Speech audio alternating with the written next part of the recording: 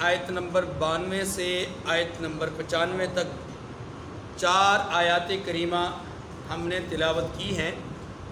ان 4 آیات کریمہ میں 2 باتیں بیان فرمائی گئی ہیں۔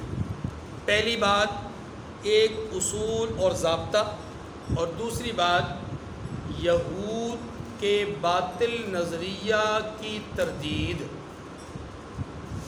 پہلی بات کا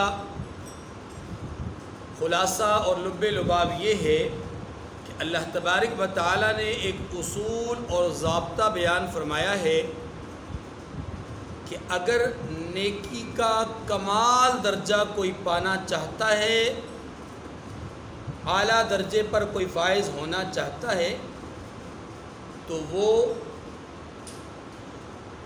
اپنی محبوب ترین چیز کو اللہ کی راہ میں خرچ کرے۔ پھر عرض کرتا ہوں، نیکی کا کمال درجہ کوئی پانا چاہتا ہے، یعنی نیکی کے درجات ہیں نا، نچلا درجہ، درمیانہ درجہ اور سب سے بلند ترین درجہ۔ جو سب سے بلند ترین درجے پہ جانا چاہتا ہے، اسے چاہیے کہ وہ اپنی محبوب ترین چیز راہ خدا میں خرچ کرے۔ یہ اصول اور ضابطہ بیان کیا گیا۔ اب اس اصول اور ضابطے کی تفصیل تھوڑی سی سمجھ لیجئے۔ بر اور بر 2 لفظ قرآن مجید میں استعمال ہوئے ہیں۔ البر الرحیم، یہ اللہ تبارک و تعالیٰ کی صفت ہے البر، اور البر اس کے 2 معنی علماء نے لکھے۔ ایک معنی نیکی کرنا، جس کا میں نے عرض کیا، اور دوسرا معنی اس کا البر کا جنت لیا ہے، یعنی گویا نیکی کا جو منتہا ہے، نیکی کا جو آخری نتیجہ ہے، وہ کیا ہے؟ ٹھکانہ ہے جنت۔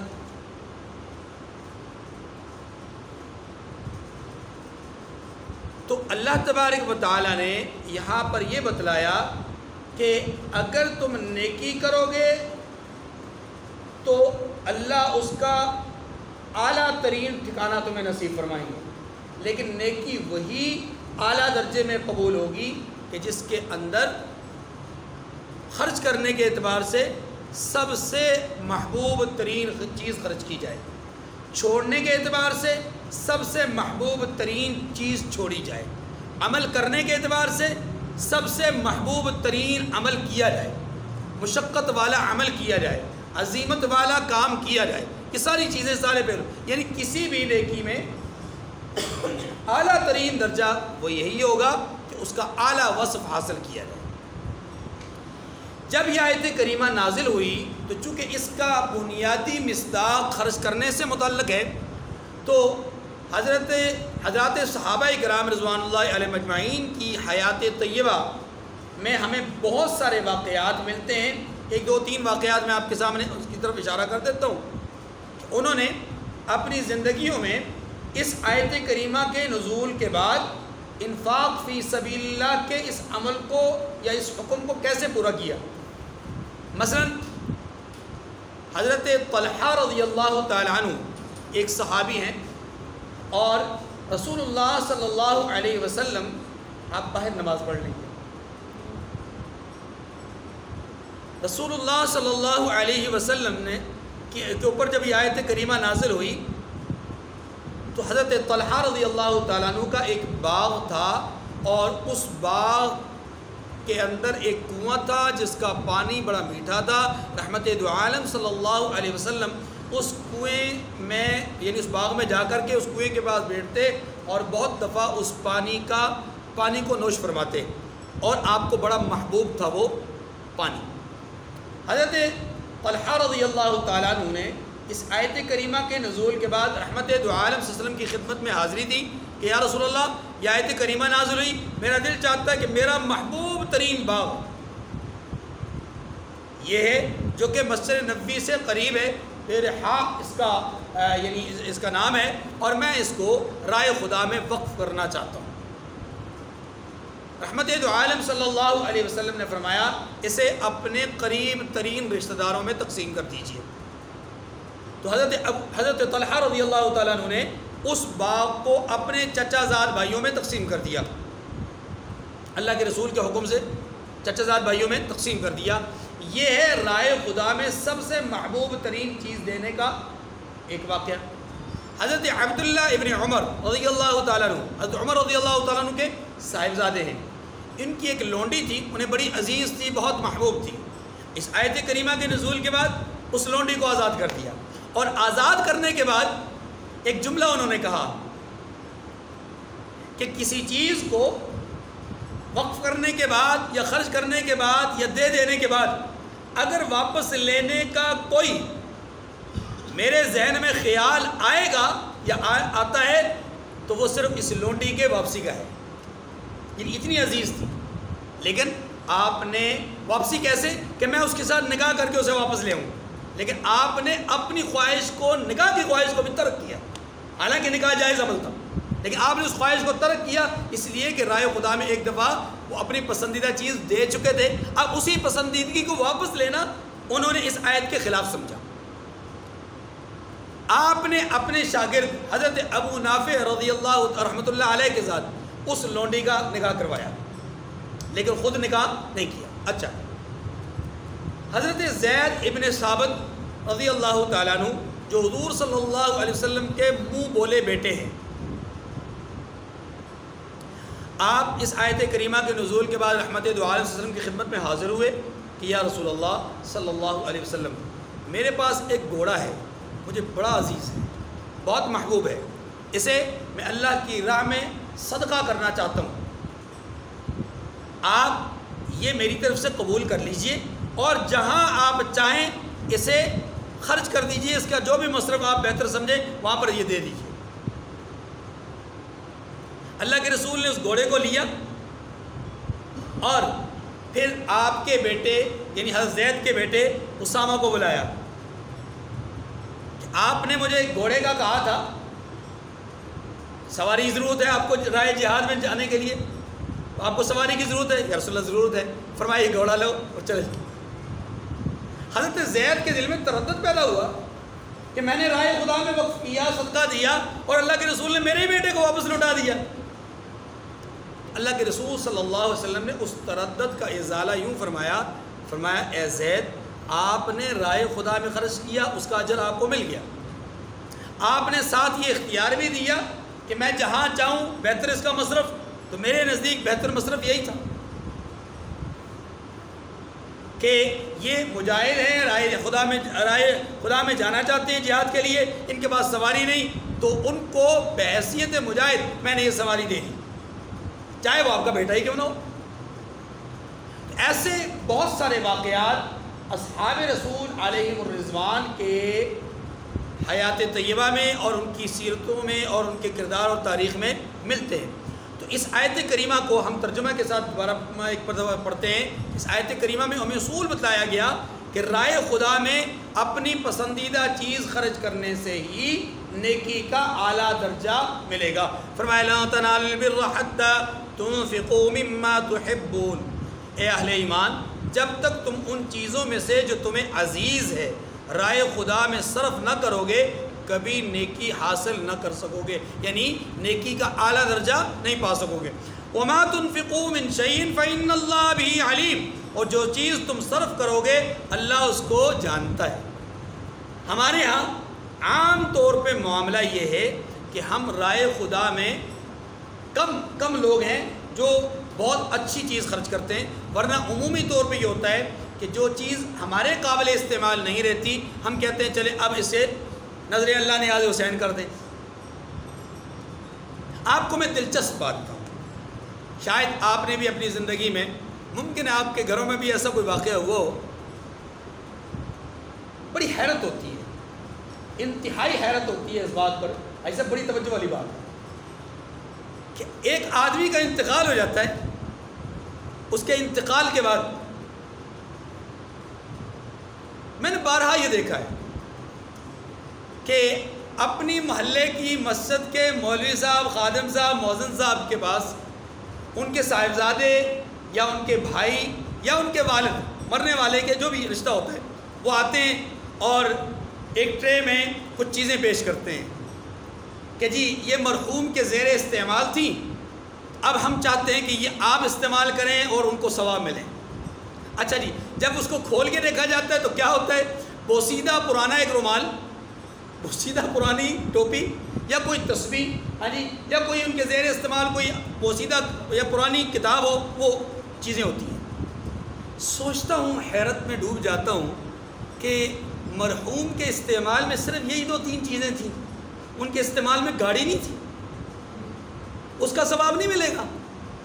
مرحوم کے استعمال میں گھر نہیں تھا، اس کا ثواب نہیں ملے گا۔ مرحوم کے استعمال میں اور برتن وغیرہ یا چیزیں اور نہیں تھیں، لیکن نہیں، بات یہ کہ اپنے دل کو بھی مطمئن کرنا ہے کہ ہم نے مرحوم کی یہ چیزیں دے دیں۔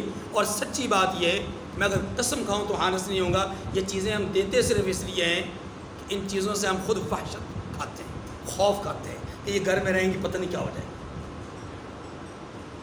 مرحوم کے زیادہ استعمال میں یہ چیزیں تھیں، اس لیے ڈرتے ہیں کہ یہ چیزیں اگر گھر میں رہیں گی تو پتہ نہیں گھر پہ کون سا عذاب آ جائے گا، زلزلہ آ جائے گا، طوفان آ جائے گا۔ خود اولاد باپ کی ان استعمال شدہ چیزوں کو کرنا مناسب نہیں سمجھتی، لیکن موبائل قیمتی ہوگا، 50-60 ہزار روپے کا ہوگا، اسے استعمال کریں گے۔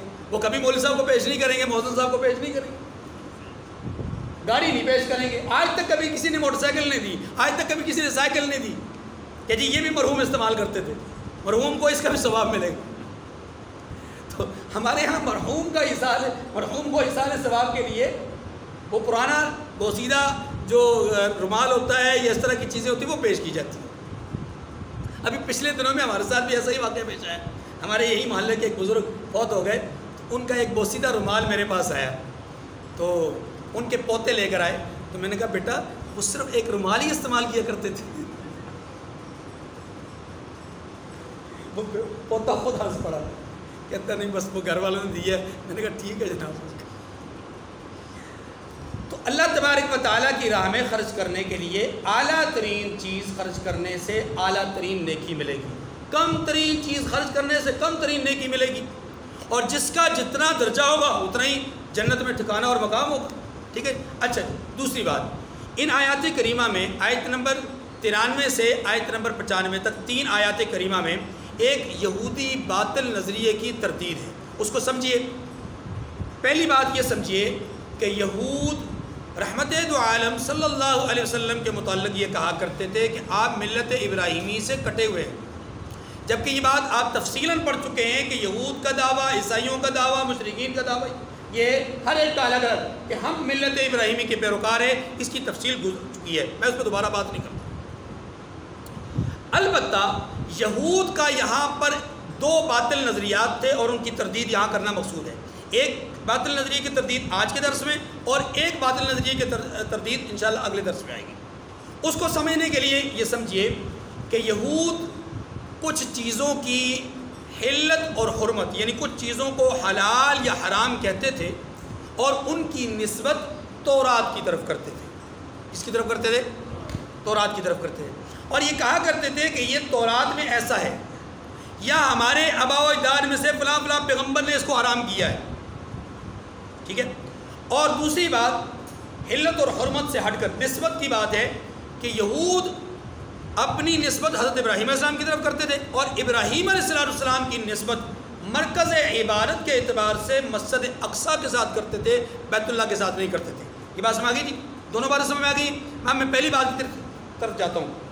پہلی بات ان کی یہ تھی کہ وہ چیزوں کے اندر حلت اور حرمت کے اعتبار سے یہ سمجھتے تھے کہ چیزوں کے حلال اور حرام ہونے کے جو فیصلے ہیں یہ تورات سے ہمیں ملیں اور انبیاء سے ہمیں ملیں۔ جس چیز کو انہوں نے حرام سمجھا اس کی نسبت فوراً تورات یا انبیاء کی طرف کر دی، جس چیز کو حلال جانا اس کو نسبت فوراً تورات یا انبیاء کی طرف کر دی۔ حالانکہ ایسی بہت ساری چیزیں ہوتی تھیں کہ جن کی حرمت یا حلت تورات میں موجود نہیں ہوتی تھی، لیکن وہ نسبت کر دیتے تھے۔ ٹھیک ہے جی؟ اب یہ بات جب آپ کو سمجھ میں آ گئی تو اب ایک حدیث جو مستدرک الحاکم میں موجود ہے تفصیل سے، اس کے اندر رحمت دو عالم صلی اللہ علیہ وسلم سے یہود کی طرف سے 4 سوالات کا ذکر ہے۔ ان میں سے ایک سوال کا تعلق یہاں پر بھی ہے. 4 سوال کیے یہود نے رسول اللہ صلی اللہ علیہ وسلم کی نبوت اور رسالت کو پہچاننے کے لیے کہ واقعی نبی اور رسول ہیں یا نہیں. پہلا سوال یہود کی طرف سے رحمت دو عالم صلی اللہ علیہ وسلم سے یہ تھا کہ آپ یہ بتلائیے کہ حضرت یعقوب علیہ السلام نے خود پر کون کون سی چیزوں کو حرام کیا تھا. آپ یہ بتلائیے کہ حضرت یعقوب علیہ السلام نے خود پر کن کن چیزوں کو کون کون سی چیزوں کو حرام کیا تھا. یہ پہلا سوال تھا. اس سوال کا جواب سمجھنے کے لیے یہ سمجھیے کہ حضرت یعقوب علیہ السلام کو ایک بیماری کا عارضہ ہوا جس کو عرق النساء کہتے ہیں. تقریباً کولے سے ایسے شروع ہوتی ہے اور یہ ایسے چلتے چلتے چلتے نیچے پنڈلی اور پنڈلی سے کا پاؤں تک جو ہے وہ یہ درد چلا جاتا ہے. یہ پورے کے پورے اکثر و بیشتر صرف پنڈلی تک محدود ہوتا ہے، لیکن بہت سارے لوگوں کو پورے اس حصے تک کولے تک جو ہے یہ درد رہتی ہے. بہرحال عرق النساء ایک بیماری ہے.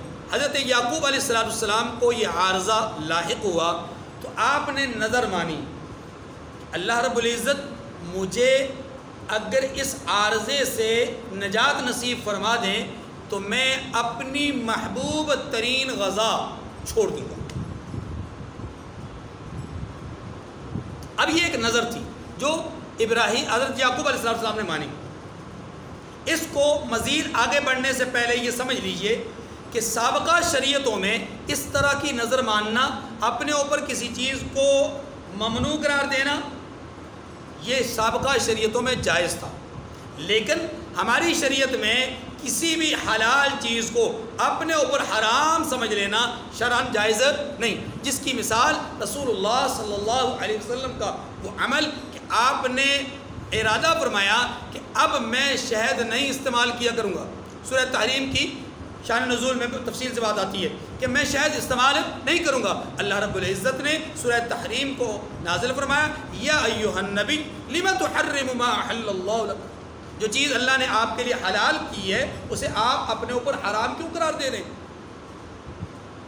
لہذا شریعت محمدیہ میں کوئی ممنوع چیز کوئی حلال چیز اپنے اوپر ممنوع کرنا درست، حرام کرنا درست نہیں. اگر کسی نے ایسی نظر مان لی تو اس نظر کا پورا کرنا ضروری نہیں، اس نظر کا توڑنا ضروری ہے. بات سمجھ گئی تھی؟ اچھا اب واپس جائیے. حضرت یعقوب علیہ السلام نے نظر مانی، پچھلی شریعتوں میں چونکہ جائز تھی تو انہوں نے نظر مانی کہ اگر میں عرق النساء کی اس عارضے سے نجات پا جاؤں تو میں اپنی محبوب ترین غذا چھوڑ دوں گا. اللہ پاک نے شفا نصیب فرما دی. اللہ پاک نے شفا نصیب فرما دی. یہاں تک بات سمجھ گئی. اب یہود کا سوال سمجھے. یہود کا سوال تھا کہ یعقوب علیہ السلام نے خود پر کون سی چیزوں کو حرام کیا تھا. تو حضرت پاک صلی اللہ علیہ وسلم نے اللہ کی طرف سے نازل شدہ وحی کے بعد یہ جواب دیا کہ حضرت یعقوب علیہ السلام نے گوشت میں اپنے اوپر اونٹ کا گوشت حرام قرار دیا تھا، اور دودھ میں اونٹنی کا دودھ ان کی محبوب غذا تھی، آپ نے اس کو اپنے اوپر حرام قرار دیا. اچھا پھر دلچسپ بات یہ ہے کہ یعقوب علیہ السلام کے صاحبزادے کون ہیں؟ 12. اور ان 12 صاحبزادوں کے اندر ان لوگوں نے اپنے نسل در نسل ان جو ممانعت اور حرام کردہ چیزیں ہیں ان کو اپنے اوپر لازم کر دیا کہ ہمارے ابا حضور والد گرامی وہ ان کو استعمال نہیں کرتے تھے، ہم بھی نہیں کریں گے. نتیجتاً کیا ہوا کہ آگے نسل در نسل وہ ممنوع ہوتے ہوتے ہوتے ہوتے یہود تک پہنچ گئی. اب یہود کا یہ دعویٰ تھا، اب یہود کا سوال اپنی جگہ پر، اس کا جواب میں نے دے دیا. یہود کا یہ دعویٰ تھا کہ ہم اونٹ کا گوشت اس لیے نہیں استعمال کرتے کہ یہ ہماری شریعت میں حرام ہے، اونٹنی کا دودھ اس لیے نہیں استعمال کرتے کہ یہ ہماری شریعت میں، حالانکہ یہ بات جھوٹ تھی. یہ بات کیا تھی؟ کیوں؟ اس لیے کہ شریعت میں تو حرام نہیں تھا. یہ تو حضرت یعقوب علیہ السلام کا ذاتی عمل، ذاتی نظر تھی. ان کی اولاد نے اپنے اوپر اس کو لازم قرار دیا تو یہ ان کا اپنا معاملہ ہے. اور پھر دوسرا اس کا مسئلہ یہ بھی ہے کہ آپ کی شریعت کا یعقوب علیہ السلام کے ساتھ کیا تعلق؟ اگر فرض کریں یعقوب علیہ السلام کا ہی مسئلہ ہے تو آپ کی شریعت کا ان کے ساتھ کیا تعلق؟ آپ کی شریعت تو تورات سے شروع ہوتی ہے اور یعقوب علیہ السلام تورات سے سینکڑوں سال پہلے ہی مبعوث ہوئے. اس لیے آپ کی شریعت اور یعقوب علیہ السلام کی شریعت بالکل جدا جدا ہے. یعقوب علیہ السلام کی شریعت میں تو ملت ابراہیمی ہے. کیا ہے؟ ملت. اور ملت ابراہیمی میں بذات خود یہ چیزیں ممنوع نہیں تھی. تو تم نے اس کو کیسے اللہ کی طرف منسوب کر دیا؟ پہلا سوال سمجھ آ گیا. سوال یہ تھا کہ یعقوب علیہ السلام نے اپنے اوپر کون سی چیزوں کو حرام قرار دیا؟ اس کا جواب دیا کہ دو چیزیں، گوشت میں اونٹ کا گوشت اور دودھ میں اونٹنی کا دودھ. پس منظر میں نے آپ کے سامنے سارا بیان کر دیا اور ان کے باطل نظریے کی تردید بھی کر دی کہ ان کا یہ نظریہ ہی غلط ہے کہ یہ ہماری شریعت میں حرام ہے. ان کی شریعت میں حرام نہیں. قرآن پاک نے بطور تحدی اور چیلنج کہا کہ اگر تم یہ کہتے ہو کہ تورات میں یہ چیزیں ممنوع ہیں، تورات نے حرام کی ہیں، تو لاؤ تورات پڑھو ہمارے سامنے، حکم ہمارے سامنے نکال کر دکھاؤ، دلیل کی دنیا میں بات کرو. لیکن وہ تورات لانے کے لیے تیار نہیں تھے. وجہ تورات لانے کے لیے تیار اس لیے نہیں تھے کہ تورات میں یہ حکم موجود نہیں تھا. تورات میں تو یہ چیزیں حلال ہیں. اچھا، تورات میں ایک چیز حرام کر دی گئی ان کی سرکشی اور ان کے طغیان کی وجہ سے، اور اس چیز کو یہ استعمال کرتے تھے. وہ چیز کیا تھی؟ گائے کے گوشت کو اللہ نے ان کے لیے حلال قرار دیا، لیکن اس کی چربی کو اللہ نے اس کے لیے ان کے لیے کیا کر دیا تھا؟ حرام کر دیا تھا. گوشت حلال تھا، چربی اس لیے گوشت سے بڑا یعنی محنت کر کے مشقت کر کے چربی کو الگ کیا کرتے تھے، اور یہ بڑی تکلیف دہ بات تھی اور آپ جانتے ہیں. اور دوسری بات یہ ہے کہ ویسے بھی گوشت میں ہلکی پھلکی چربی روغن اگر ہو تو گوشت کا ذائقہ اور ہوتا ہے. ہاں جی، اور اگر بالکل روغن نہ ہو تو گوشت کا ذائقہ تھوڑا پھیکا پڑ جاتا ہے. تو یہود کو یہ بات کچھ مطلب اچھی نہیں لگ رہی تھی، تو انہوں نے چربی کا استعمال کرنا شروع کر دیا، حالانکہ تورات میں یہ حکم موجود تھا کہ یہ حرام ہے تم پر، اور حرمت کی وجہ ان کی سرکشی تھی. تو ان کو کہا گیا کہ تم اپنے دعوے میں جھوٹے ہو، تمہارا پہلا دعویٰ بھی غلط اور تمہارا عمل بھی غلط، نظریہ بھی غلط، عمل بھی غلط. اچھا جی، 4 سوال تھے. پہلا سوال، یعقوب علیہ السلام نے اپنے اوپر کن چیزوں کو حرام قرار دیا؟ دوسرا سوال، اے محمد صلی اللہ علیہ وسلم آپ یہ بتلائیے کہ انسان کی جو تفریق ہوتی ہے جنس کی، بچے اور بچی کی، یہ تفریق کیسے ہوتی ہے؟ رحمت دو عالم صلی اللہ علیہ وسلم نے اس کا جواب دیا. میں مختصر سے لفظ میں عرض کر دیتا ہوں کہ جس طرف کا غلبہ ہوگا اسی طرف کی جنس ہوگی، بس. ٹھیک ہے جی، بچے بھی بیٹھے ہیں، میں اس سے بات. تیسرا سوال، رحمت دو عالم صلی اللہ علیہ وسلم سے یہ کیا گیا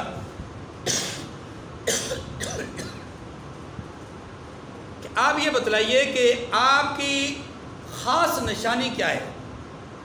یعنی مقصد یہ کہ آپ کی جسمانی اعتبار سے کوئی خاص نشانی. تو آپ صلی اللہ علیہ وسلم نے فرمایا تنام عینایا ولا ینام قلبی، میری آنکھیں سوتی ہیں، میرا دل نہیں سوتا. تو انہوں نے پہلے تینوں سوالوں کے جواب کو ان کی تصدیق کی کہ آپ نے بالکل درست فرمایا. اب چوتھا سوال، چوتھے سوال اور جواب کو سمجھنے سے پہلے ایک بات سمجھیے گا. جو لوگ باطل پر ہوتے ہیں، جو لوگ غلط روش پہ چلنا چاہتے ہیں، جو لوگ غلط عمل کرنا چاہتے ہیں، غلط طریقہ کار اپنانا چاہتے ہیں، ان کے سامنے آپ 1000 دلائل دے دینا، وہ سارے دلائل کو مانتے مانتے مانتے کہیں نہ کہیں جا کر کے کوئی ایسا کیڑا نکال دیں گے، کوئی ایسی بات، کوئی ایسی چیز پیدا کر دیں گے آپ کی گفتگو میں، آپ کے عمل میں، آپ کے کردار میں، وضاقتہ میں، آپ کے سوچ و بچار میں، کوئی ایسی چیز کہ اس کو نقطہ بنا کر کے بس انکار کی دنیا میں چلے جائیں گے کہ نہیں، کہ ہم نہیں مانتے، ہم آپ کو نہیں مان سکتے کیونکہ آپ کے اندر یہ مسئلہ ہے. 50 چیزیں وہ درست ان کے سامنے ہوں گی، لیکن ایک چیز ان کی سوچ کے مطابق نہ ہونے کے نتیجے میں وہ ساری 50 کے اوپر مٹی پھیر دیں گے. ٹھیک ہے جی، پانی پھیر دیں گے. اب سمجھیے، 3 سوالوں کے جواب ان کو ملے، کہا صدقتا صدقتا صدقتا، آپ نے سچ کہا، آپ نے سچ کہا، آپ نے سچ کہا. اب چوتھا سوال، کہنے لگے کہ آپ یہ بتلائیے کہ فرشتوں میں سے آپ کا دوست کون سا فرشتہ ہے؟ آپ کا دوست کون سا فرشتہ ہے؟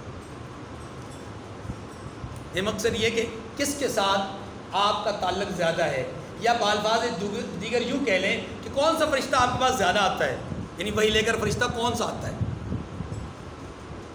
تو جو فرشتہ آدم علیہ السلام سے لے کر کے عیسیٰ علیہ السلام تک وہی لے کر آتا رہا، ظاہر ہے اسی فرشتے نے حضور صلی اللہ علیہ وسلم کے پاس بھی آنا تھا، اور وہی آئے اور انہوں نے کوئی چیز بلا کم و کاست، یعنی ہر چیز کو بلا کم و کاست پیش کیا، کسی چیز میں کوئی کمی نہیں کی، نہ کوئی اضافہ کیا۔ انہ لقول رسول کریم وما هو انہ لقول ذی قوت عند ذی العرش مکین، عرش کے پاس ان کا ٹھکانہ ہے اور مطاعن، وہاں ان کی اطاعت کی جاتی ہے، یعنی سم امین، اور وہ امانت دار ہیں۔ اللہ تعالیٰ نے اس فرشتے کی صفات کو بیان کیا۔ اب سنیے، یہود نے چوتھا سوال کیا کہ اے محمد، آپ کا محبوب فرشتہ، دوست فرشتہ کون سا ہے، یا آپ کے پاس وہی لے کر آنے والا فرشتہ کون سا ہے؟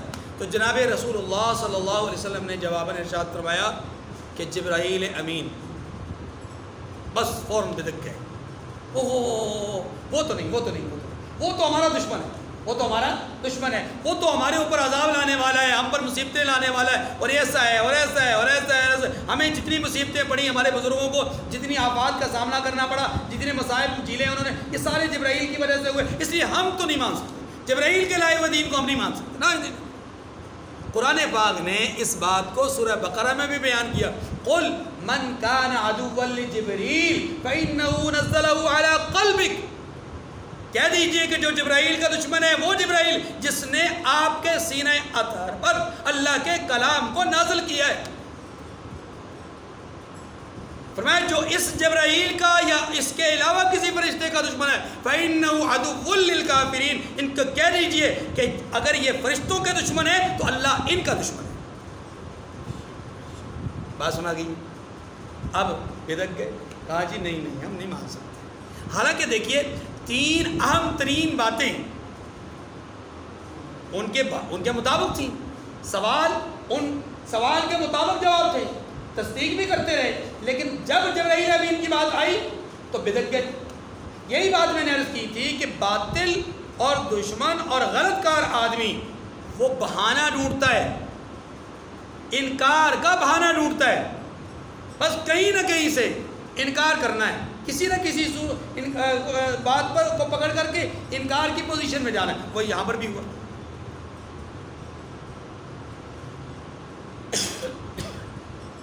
تو ان آیات کریمہ میں اسی باطل نظریے کی تردید کی گئی کہ یہود یہ سمجھتے تھے کہ یہ جو اونٹ کا گوشت اور اونٹنی کا دودھ ہم حرام سمجھتے ہیں، یہ شریعت موسوی کی وجہ سے، تورات کی وجہ سے۔ قرآن پاک نے اس کا جواب دیا کہ اگر تم تورات کی وجہ سے حرام سمجھتے ہو تو لاؤ تورات، پڑھو اس کو، دکھاؤ اس میں سے آیات اور الفاظ دکھاؤ کہ جس میں حرام کا لفظ موجود ہو۔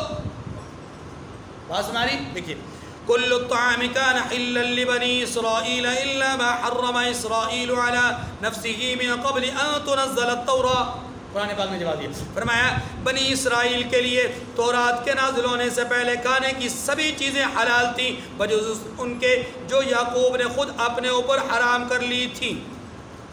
یعنی اللہ تعالیٰ نے تو حلال کر دی تھی، لیکن حضرت یعقوب علیہ السلام نے ایک نظر کی صورت میں اپنے اوپر حرام کر دی۔ تو میں نے عرض کیا کہ سابقہ شریعتوں میں یہ درست تھا، لیکن اس شریعت میں یہ جائز نہیں۔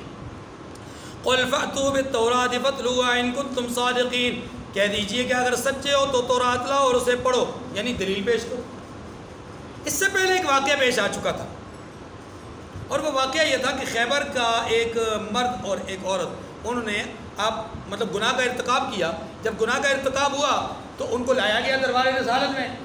اب اللہ کے رسول صلی اللہ علیہ وسلم نے ان کے بارے میں رجم کا فیصلہ کیا۔ شادی شدہ تھی، کس کا فیصلہ کیا؟ رجم کا۔ تو یہ فوراً بدعت کر کے کہنے لگے کہ یا رسول اللہ نہیں، اے محمد ایسا نہ کیجیے، یہ صاحب ثروت لوگ ہیں، صاحب حیثیت لوگ ہیں اور نامی گرامی لوگ ہیں، سرداروں کی اولاد ہے، یعنی آپ ان کے ساتھ ایسا کریں گے نام بدنام ہو جائے گا، ناک کٹ جائے گی، یہ ہو جائے گا، وہ ہو جائے گا. آپ اس کے لیے کوئی ہر جانا، کوئی فدیہ شدیہ لے کر جان چھوڑ دیں. اللہ کے رسول نے فرمایا کیسی بات کرتے ہو، اللہ کے حکم کی پابندی نہیں. اے محمد تورات میں اسی طرح لکھا ہے اگر غریب غربا ایسا جرم کر لیں تو ان کو سزا دیں رجم کی، اور اگر مالدار صاحب حیثیت لوگ کریں تو ان کی حیثیت کے مطابق ان پر جرمانہ لگا دیں. بس میں نے اب جب انہوں نے یہ دعویٰ کیا تو اللہ کے رسول صلی اللہ علیہ وسلم نے فرمایا کہ لاؤ تورات لے آئیے. یہ سمجھ رہے تھے کہ ہم تورات لائیں گے، خاموشی سے پڑھ کر کے آگے پیچھے عبارت کو پڑھ کر کے جوڑ کر کے پڑھ لیں گے، اللہ کے رسول مان لیں گے. لے کر آ گئے تورات. اب جب تورات آئی ہم نے پڑھا اور پڑھ کر کے ایسے ہاتھ رکھ کے پڑھ رہے تھے. حضرت عبداللہ ابن سلام رضی اللہ تعالیٰ عنہ تشریف فرماتے، سابقہ یہودی عالم اور تورات کے حافظ. انہوں نے پڑھا تو حضرت عبداللہ ابن سلام رضی اللہ عنہ نے رسول اللہ علیہ وسلم کو دیکھا.